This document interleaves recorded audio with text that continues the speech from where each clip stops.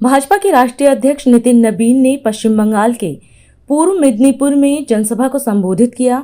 इस दौरान उन्होंने कहा कि बंगाल वीरों की भूमि है और जन सैलाब इस बात का संकेत दे रहा है कि टीएमसी की सरकार की विदाई तय है। उन्होंने राज्य में महिला सुरक्षा और रोजगार जैसे मुद्दों पर टीएमसी सरकार को घेरा। नितिन नबीन ने नारी शक्ति वंदन अधिनियम का उल्लेख करते हुए कहा कि प्रधानमंत्री नरेंद्र मोदी ने महिलाओं को अधिकार दिलाने के लिए प्रयास किए, जबकि टीएमसी ने इसका विरोध किया। उन्होंने 4 मई को भाजपा सरकार बनाने का आह्वान करते हुए पार्टी प्रत्याशियों को विजयी बनाने की अपील की। ये भूमि हमारे कण कण में जहां स्वाधीनता संग्राम के इतिहास के कई योद्धा इस भूमि से आते हैं, इस भूमि को भक्ति भाव से मैं नमन करता हूं। महिषादल सामान्य भूमि नहीं है, ये वीरों की भूमि है और इस वीरों की भूमि ने जो बाहर में फिजा बनाई है वो इस बात का संकेत है कि अब टीएमसी की सरकार जाने वाली है। ये फिजा बतला रही है कि भाजपा आने वाली है। मैं आप सबके सामने आज मेरी बड़ी संख्या में माता बहनें आई थी, मैं आज उनको स्पष्ट रूप से कहता हूं कि ममता दीदी ने जो माँ, माटी और मानुष के नाम पर सरकार लाई थी, आज माँ, माटी और मानुष को सबसे अधिक किसी ने प्रताड़ित किया है, दुखी किया है तो ममता दीदी की सरकार ने किया है। मित्रों, महिला मुख्यमंत्री होने के बावजूद अगर इस राज्य की माँ बहनें सुरक्षित नहीं है तो उस महामुख्यमंत्री को निश्चित रूप से कुर्सी से हटा देना चाहिए।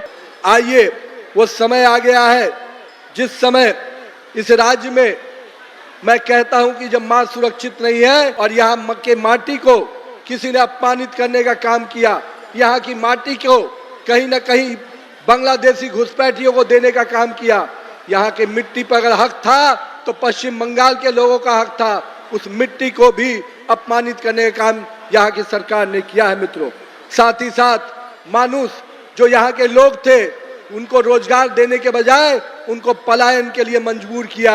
आपको याद होगा दीदी जो नंदीग्राम के आंदोलन से सत्ता में आई, लेकिन दीदी ने नंदीग्राम से कुछ सीखा नहीं।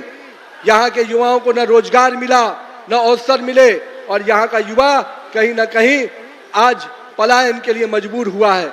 तो ऐसे समय पे हम सबको ये चिंता करनी चाहिए कि ऐसी सरकार को हमको उखाड़ फेंकना है। मित्रों, आज नारी शक्ति अधिनियम जब हमारे नेता नरेंद्र मोदी जी ने पूरे देश में महिलाओं को अधिकार दिलाने के लिए, महिलाओं को हिस्सेदारी दिलाने के लिए जिस प्रकार की प्रयास किया, संसद के सत्र में पूरों को महिलाओं को आरक्षण देने के लिए जो बिल लाया, तो आपकी ममता दीदी की जो यहाँ सरकार है, इनके सांसदों ने, टीएमसी के सांसदों ने उस आरक्षण को देने का विरोध किया है। मित्रों, आज मैं अपने महिला शक्ति से आग्रह करता हूँ, ऐसी जो सरकारें जो यहाँ के महिलाओं को अधिकार छीनती हैं, जो यहाँ के महिलाओं को सुरक्षित करती है, उसको निश्चित रूप से सजा देने का समय आ गया है। मित्रों, मैं आज आपके सामने दिल्ली से कोलकाता के इस कैंपेन में आया हूँ। मैं आज पार्टी के कार्यकर्ताओं से, अपने सभी लोगों से कहता हूँ, चलिए आज 2026 में पूरी तरह से पश्चिम बंगाल की फिजाएं बदली हुई हैं। इस बदली हुई फिजाओं में निश्चित रूप से वो समय आ गया है जो लंबे समय तक एक ग्रहण लगा हुआ था इस पश्चिम बंगाल में, कभी कम्युनिस्टों का, कभी कांग्रेस का, अब टीएमसी का। इस ग्रहण से इस राज्य को मुक्ति दिलाइए और 4 मई को भारतीय जनता पार्टी की डबल इंजन की सरकार बनाइए। मित्रों, ये समय अपने माटी के लोगों को पहचान आगे बढ़ाने का है। मित्रों, जहां आज बंगाल में माता बहनों को के साथ साथ अपने युवाओं को भी बेरोजगारी भत्ता से लेकर किसानों के सम्मान की योजनाओं को लेकर इन सभी योजनाओं को देने का काम हमारे संकल्प पत्र में किया गया है। मित्रों, मैं आज आपके सामने इस पवित्र भूमि से ये संकल्प दोहराता हूं कि अगर आज की भारतीय जनता पार्टी के नेतृत्व में, नरेंद्र मोदी के नेतृत्व में जो सरकार बनेगी, निश्चित रूप से यहाँ के हर आवाम के चेहरे पे खुशी लाने का काम हमारी सरकार करेगी। और कहीं ना कहीं जो बांग्लादेशी घुसपैठियों को जिस प्रकार से यहाँ बसाने का प्रयास किया जा रहा है, हम निश्चित रूप से उनको डिलीट भी करेंगे, डिमोट भी करेंगे और डिपार्ट भी करेंगे। यानी यहाँ के लोगों को ही उसका हक मिले, इसकी चिंता हमारी सरकार करेगी। मित्रों, तो आज यहाँ के युवाओं को जो सिंडिकेट के माध्यम से वसूली हो रही है, यहाँ के युवाओं को सिंडिकेट के माध्यम से नौकरी देने का काम जो करने का प्रयास किया जा रहा है, उस सिंडिकेट को भी हम खत्म करेंगे और मेरिट के आधार पर युवाओं को नौकरी मिलेगी, सिंडिकेट के माध्यम से नौकरी नहीं मिलेगी मित्रों।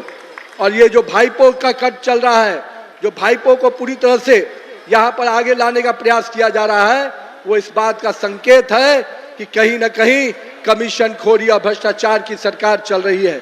इस कमीशन खोरी और भ्रष्टाचार की सरकार को समाप्त करने का समय आ गया है। तो आइए 4 मई को पूरे पश्चिम बंगाल में कमल को खिलाइए और नरेंद्र मोदी के नेतृत्व में डबल इंजन की सरकार बनाइए। बहुत बहुत धन्यवाद। आज हम इस कार्यक्रम में आपसे विदा लेते हैं। आप अन्य खबरों के लिए बने रहे। राष्ट्र सर्वप्रथम, वंदे मातरम, जाग उठा है भारत। राष्ट्र सर्वप्रथम, राष्ट्र सर्वप्रथम।